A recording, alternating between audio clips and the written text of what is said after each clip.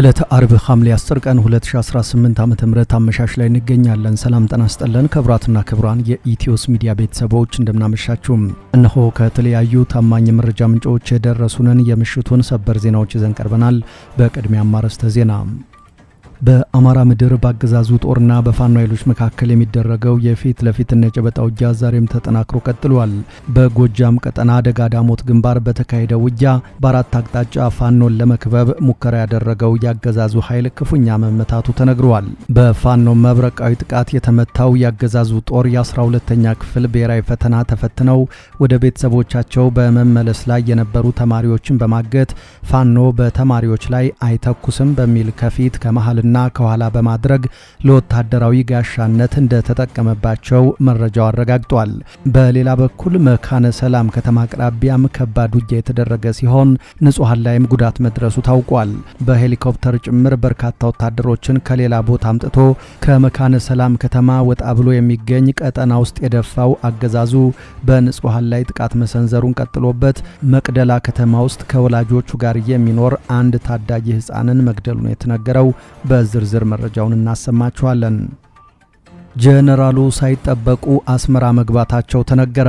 ሱዳን በደም አፋሳሽ የእርስ በርስ ጦርነትና በከፋ የሰብአዊ መብት ጥሰት አዙሪት ውስጥ ወድቃም ከ3 ዓመታት በላይ አስቆጥራለች። ሀገሪቱ እጅግ ከባድ ውጥንቅጥ ውስጥ በገባችበት በዚህ ወቅት ጀነራል አብዱል ፈታህ አልቡርሃን ወደ ኤርትራ መዲና አስመራ አቅንተዋል። የጀነራሉን ጉዞ ተከትሎም ከወደ 4 ኪሎም ጭንቀት እንደተፈጠረ ነው የተሰማው። በዝርዝር ትሰሙታላችሁ። በዓለም አቀፍ መረጃችን ኩዌት በኢራን ጥቃት የውሃ ማጣሪያና የኃይል ማመንጫ እንደተመታባት ገለጸች። ኩዌት የኢራን ጦር በፈጸማቸው ጥቃቶች የጨው ውሃ ማጣሪያና የኃይል ማመንጫ ጣቢያ ላይ ጉዳት መድረሱን አስታውቃለች። ካለፈው ሳምንት አንስቶ ያገረሸው የአሜሪካና ኢራን ጦርነት ዛሬም ቀጥሎ ታይቷል። አሜሪካ በኢራን የተለያዩ ስፍራዎች ካደረሰችው ጥቃት በኋላ ቴሄራን በምላሹ ጎረቤቶቿ የሆኑ የቀጠናው ሀገራትን ኢላማ አድርጋለች። በዝርዝር መረጃውን ይዘናል። ክቡራትና ክቡራን ከኛ ጋር ከቆያችሁ እነዚህንና ሌሎችንም መረጃዎች ከዚህ ቀጥለን በዝርዝርና በትንታኔ ወደ እናንተ እናደርሳለን። ኢትዮስ ሚዲያን ሰብስክራይብ ብታደርጉ በየቀኑ አዳዲስ መረጃዎችን በፍጥነት ታገኛላችሁ። አሁን በቀጥታ ወደ ዝርዝር መረጃው። በአማራ ምድር በአገዛዙ ጦርና በፋኖ ኃይሎች መካከል የሚደረገው የፊት ለፊት የጨበጣ ውጊያ ዛሬም ተጠናክሮ ቀጥሏል። በጎጃም ቀጠና ደጋዳሞት ግንባር በተካሄደ ውጊያ ያገዛዙ ኃይል ከፍተኛ ጉዳት ማስተናገዱን ታውቋል። በአራት አቅጣጫዎች ፋኖን ለማጥቃት የሞከረው ያገዛዙ ኃይል ከወደ ፋኖ በተሰነዘረበት የጸረ ማጥቃት እርምጃ ተሽመድምዷል። ያገዛዙ ኃይል የ12ኛ ክፍል ብሔራዊ ፈተና ተፈትነው ወደ ቤተሰቦቻቸው በመመለስ ላይ የነበሩ ተማሪዎችን በማገት ፋኖ በተማሪዎች ላይ አይተኩስም በሚል ከፊት ከመሃልና ከኋላ በማድረግ ለወታደራዊ ጋሻነት እንደተጠቀመባቸውም ከቦታው የደረሰን መረጃ ያሳያል። ይህም ቀደም ሲል በወሎ ቤት አማራ ቀጠና ህፃናትን ከሰፈር አፍኖ ወደ ምሽግ በመውሰድና የህዝብ ማመላለሻ ተሽከርካሪዎችን አስገድዶ ከፊትና ከኋላ በማሰለፍ ከደፈጣ ጥቃት ለመዳን ከተደረጉ የፈሪነት እርምጃዎች ጋር ተዳምሮ ያገዛዙ ጦር ዓለም አቀፍ የጦር ህጎችንና ወታደራዊ የሞራል ሴቶችን ሙሉ በሙሉ በመጣስ እጅግ የወረደ የሞራል ዝቅጠት ላይ መውደቁን በይፋ አጋልጧል። የብልጽግናው አገዛዝ በንጹሃን በተማሪዎችና በህፃናት ላይ የፈጸመ ያለው ድርጊት በጄኔቫ ኮንቬንሽንና በዓለም አቀፍ የሰብአዊ መብቶች ህግጋት ፍጹም የተከለከለና በከባድ የጦር ወንጀልነት የሚያስጠይቅ ነው። ይህ በእንዲህ እንዳለ በመካነ ሰላም ከተማ አቅራቢያ ከባድ የተባለ ውጊያ የተደረገ ሲሆን በንጹሃን ላይም ጉዳት ደርሷል።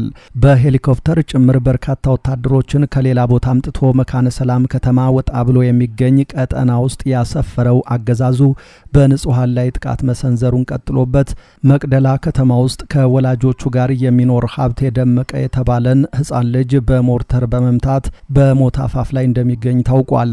ከዚህ በተጨማሪም አቶ ሀብታሙ ጌታውን የተባለ በልብስ ስፌት የሚተዳደር ግለሰብ እዚያው መቅደላ ታዳጊ ከተማ ውስጥ በተጣለ የሞርተር ቅንቡላ ተመቶ ከባድ የአካል ጉዳት ደርሶበታል።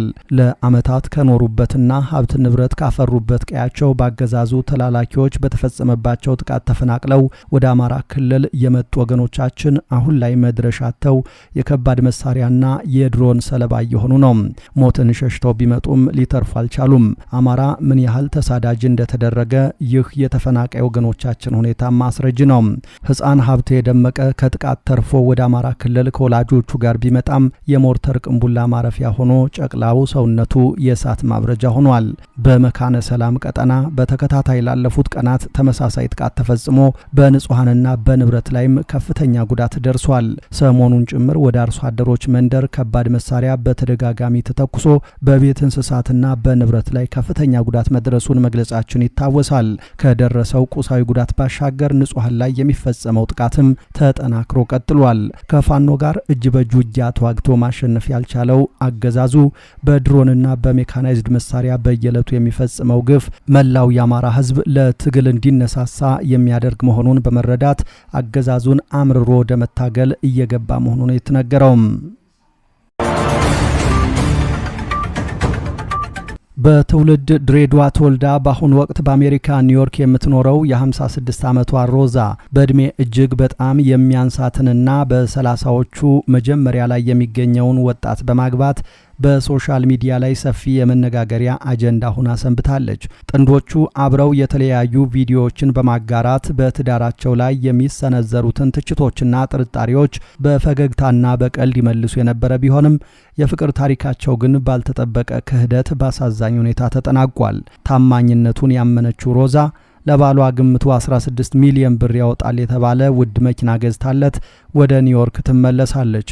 ነገር ግን እሷ አሜሪካ ገብታ እግሯ መሬት እንደረገጠ ወጣቱ ባል በአስቸኳይ መኪናውን በመሸጥ ስልኩን በመዝጋትና በሶሻል ሚዲያ አካውንቶቹ ላይ እሷን ብሎክ በማድረግ ደብዛውን ሙሉ በሙሉ አጥፍቷል። በአሁኑ ወቅት ሮዛ በደረሰባት ከፍተኛ የክህደት ስሜት ውስጥ ሆና እያለቀሰች የምትገኝባቸው ቪዲዮዎች በማህበራዊ ሚዲያ ላይ በስፋት እየተጋሩ የሚገኙ ሲሆን ጉዳዩ በወጣቶችና በእድሜ በሚበልጧቸው ሴቶች መካከል ስላለው የጥቅም ትስስር ትልቅ መነጋገሪያ ሆኗል። ጀነራሉ ሳይጠበቁ አስመራ ገቡ። ሱዳን በደም አፋሳሽ የእርስ በርስ ጦርነትና በከፋ የሰብአዊ መብት ቀውስ አዙሪት ውስጥ ወድቃ ከ3 ዓመታት በላይ አስቆጥራለች። ይህ የሀገሪቱ ታሪክ በጥቁር ጠባሳ የተሞላበት ወቅት በሆነበትና ዓለም አቀፍ ዲፕሎማሲያዊ ግፊቶች በበረቱበት በዚህ ሰዓት የሱዳን ሉዓላዊ ምክር ቤት ሊቀመንበር ጀነራል አብዱል ፈታህ አልቡርሃን ወደ ኤርትራ መዲና አስመራ አቅንተዋል። የጀነራል አልቡርሃን ልዑክ አስመራ ሲያርፍ የአቪዬሽን ፕሮቶኮል ብቻ ሳይሆን የቀጠናው የጦርነት ጥምረት ይበልጥ የጠበቀበትን ሁኔታ የሚያሳይ ነበር። የ80 ዓመቱ የኤርትራ ፕሬዝደንት ኢሳያስ አፈወርቂ ላለፉት 3 ዓመታት ከፈጥኖ ደራሽ ኃይል ታጣቂ ቡድን ጋር ውጊያ ለገጠመው የሱዳን ብሔራዊ ጦር ጠንካራና የቅርብ ደጋፊ ሆነው ዘልቀዋል። የኤርትራ ማስታወቂያ ሚኒስትር የማነ ገብረ መስቀል በማህበራዊ ሚዲያ ገጻቸው እንዳረጋገጡት ሁለቱ መሪዎች በሁለትዮሽ ግንኙነት በሱዳን ወቅታዊ ቀውስና በቀጠናው ጉዳዮች ዙሪያ ሰፊ ውይይት ያደርጋሉ። ይህ ስብሰባ ጦርነቱ ከተቀሰቀሰ ወዲህ ሁለቱ መሪዎች በተደጋጋሚ ሲያደርጓቸው የቆዩት ምክክሮች ቀጣይ ክፍል ነው። ይሁን እንጂ የአልቡርሃን የአስመራ ጉብኝት የተከናወነው በባዶ ሜዳ ላይ አይደለም። ከጀርባው የዓለም አቀፍ ማህበረሰብ ከባድ የፖለቲካ ጫና አለ። የሱዳን መከላከያ ጦር አዛዥ አስመራ የገቡት በኢንዱስትሪ የበለጸጉት የቡድን 7 ወይም G7 ሀገራትና የአውሮፓ ህብረት የሱዳን ብሔራዊ ጦር ፈጥኖ ደራሽ ኃይልና አጋር ታጣቂ ቡድኖች በአስቸኳይ ግጭት አቁመው ወደ ቀጥታ ድርድር እንዲመለሱ ጥሪ ባቀረበ ማግስት ነው። ዓለም አቀፉ ኃይል በአልቡርሃን ለሚመራው የመከላከያ ጦር ግልጽ መልእክት አስተላልፏል። ውጥረቱን ለማርገብ የሚቀርቡለትን የሰላም ጥሪዎች በተደጋጋሚ ማጣጣልና ውድቅ ማድረግ ማቆም አለበት። በተመሳሳይ በጀነራል መሐመድ ሐምዳን ዳጋሎ ሄሜቲ ለሚመራው ፈጥኖ ደራሽ ኃይል በጅዳ ድርድር የገባውን ቃል እንዲተገብር ማሳሰቢያ ተሰጥቷል። ይህ የሚያሳየው የሱዳን ቀውስ በሀገር ውስጥ ኃይሎች ብቻ ሳይሆን በውጭ ጣልቃ ገብነትም ጭምር እየተወሳሰበ መምጣቱን ነው። የቡድን 7ና የአውሮፓ ህብረት የውጭ ኃይሎች ለተፋላሚ ወገኖች በቀጥታም ሆነ በተዘዋዋሪ የሚያደርጉትን ወታደራዊ የሎጂስቲክና የገንዘብ ድጋፍ በአስቸኳይ እንዲያቆሙና ግጭቱን የሚያባብሱ እርምጃዎችን ከመውሰድ እንዲቆጠቡ አሳስበዋል። በዚህም ሳያበቃ የተባበሩት መንግስታት ድርጅት የጸጥታው ጥበቃ ምክር ቤት በዳርፉርና በመላ የሱዳን ግዛቶች ላይ የተጣለውን የጦር መሳሪያ ማዕቀብ እንዲያራዝም ግፊት እያደረጉ ነው። በሌላ በኩል ከብሔራዊ ጦሩ ጋር ደም አፋሳሽ ውጊያ ውስጥ ያለው ፈጥኖ ደራሽ ኃይሉ ትይዩ መንግስት ለመመስረት ቢሞክርም ዓለም አቀፍ ተቀባይነትን ለማግኘት ያደረገው ጥረት ግን ከባድ ውድቀትን እያስተናገደ ይገኛል። ይህ ታጣቂ ቡድን ከቀጠናው ከቀጠናው ሀገራትና ከዓለም አቀፉ ማህበረሰብ ጠንከር ያለው ግዘት እየደረሰበት ነው። የቡድን 7 ሀገራት ከአውሮፓ ህብረት ጋር ባወጡት መግለጫ ለሱዳን ሉዓላዊነት፣ አንድነትና የግዛት አንድነት ያላቸውን ጽኑ አቋም በመግለጽ ሱዳን እንድትከፋፈል የሚያደርጉ ማናቸውንም የአንድ ወገን የፖለቲካ ተነሳሽነቶች በጽኑ እንደሚቃወሙ አስታውቀዋል። በጦርነቱ ምክንያት የሚከፈለው የሲቪል ዜጎች ዋጋ ግን አሁንም እጅግ አስፈሪ ነው። የፈጥኖ ድራሽ ኃይሉ የድሮን ጥቃቶችን እንዲያቆምና የሰብአዊ እርዳታ አቅርቦቶችን ማስተጓጎሉን እንዲያቆም በተለይም በኤል ኦቤድ ከተማ ተጨማሪ ግፍና የሲቪሎችን ደህንነት አደጋ ላይ የሚጥሉ እርምጃዎችን ከመውሰድ እንዲቆጠብ ጥብቅ ማሳሰቢያ ተሰጥቶታል። በኤልፋሽር የተፈጸመውን አሰቃቂ ግፍ ተከትሎ በኮርዶፋን በዳርፉርና በብሉ ናይል ግዛቶች የተፈጸሙት ከባድ የዓለም አቀፍ ሰብአዊ ሕግና የሰብአዊ መብት ጥሰቶች የዓለምን ማህበረሰብ እጅግ አሳስበዋል። በአስመራ የተጀመረው የሁለቱ መሪዎች የጦርነት ዲፕሎማሲ ሱዳንን ከገባችበት የእልቂት አዘቅት ያወጣት ይሆን ወይስ የቀጠናውን ፖለቲካ በማናጋት ጦርነቱን ይበልጥ ያራዝመው የሚለው ጥያቄ በሚሊዮኖች የሚቆጠሩ የሱዳን ተፈናቃዮችና የዓለም አቀፉ ማህበረሰብ በስጋት የሚጠብቁት አንገብጋቢ ጉዳይ ሆኖ ቀጥሏል። በአሁኑ ወቅት በማህበራዊ ሚዲያ በተለይም በቲክቶክ ገጹ ሙያ በሚል ስም የሚታወቅ አንድ ሙስሊም ወጣት በአዲስ አበባ ጎዳናዎች ላይ ለሚያገኛቸው እንግዶችና መንገደኞች ነፃ የትራንስፖርት አገልግሎት የመስጠት በጎ ተግባር በመጀመር የብዙዎችን ትኩረት ስቧል። በቅርቡ ባጋራውና በከፍተኛ ሁኔታ ቫይራል በሆነው አዲስ ቪዲዮ ላይ በአካል ያገኘውን አንድ የኦርቶዶክስ እምነት አባት ወይም ቄስ መኪና ውስጥ በመጋበዝ ያደረጉት እጅግ ትሁትና ልብ የሚነካ ውይይት የብዙዎችን ቀልብ መግዛት ችሏል። ወጣቱ እኚህን የሃይማኖት አባት መንገድ ላይ ተመልክቶ ልሸኞት በማለት ወደ መኪናው ካስገባቸው በኋላ ጉዟቸውን ጀመሩ። ለወትሮው እናቶችን ነበር የምሸኘው፣ እርስዎን ስመለከት ግን ወላሂ አልፌዎት መሄድ አልቻልኩም ሲል የልብ ስሜቱን በታላቅ አክብሮትና በፈገግታ ይገልጽላቸዋል።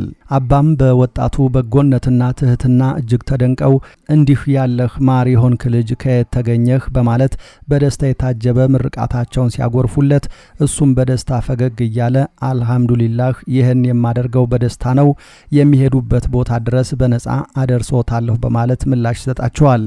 ይህ በልዩ ፍቅርና በጎነት የታጀበው ጉዞ ከጀሞ ሚካኤል ተነስቶ ገላን አካባቢ ሲደርስ አባ ከተሽከርካሪው ከመውረዳቸው በፊት እደውልልሃለሁ ልጄ፣ ሁሌም ጸልይልሃለሁ በማለት የስልኩን አድራሻ ተቀብለውታል። ወጣቱም በታላቅ አክብሮት እሺ አባቴ እኔም ዘይረውታለሁ በማለት ቃል ገብቶላቸዋል። ይህ በሙስሊሙ ወጣትና በኦርቶዶክስ እምነት አባት መካከል የታየው ጥልቅ መከባበርና መዋደድ ይችናት እውነተኛዋ ኢትዮጵያ የሚያሰኝ ሲሆን በወጣቶቻችን ላይ ያለን ተስፋ ይበልጥ ያለመለመና በበጎነት እርስ በርስ መደጋገፍ ያለውን ውበት በተግባር ያሳየ ታላቅ ትምህርት ሆኗል። ኩዌት በኢራን ጥቃት የውሃ ማጣሪያና የኃይል ማመንጫ እንደተመታባት ገለጸች።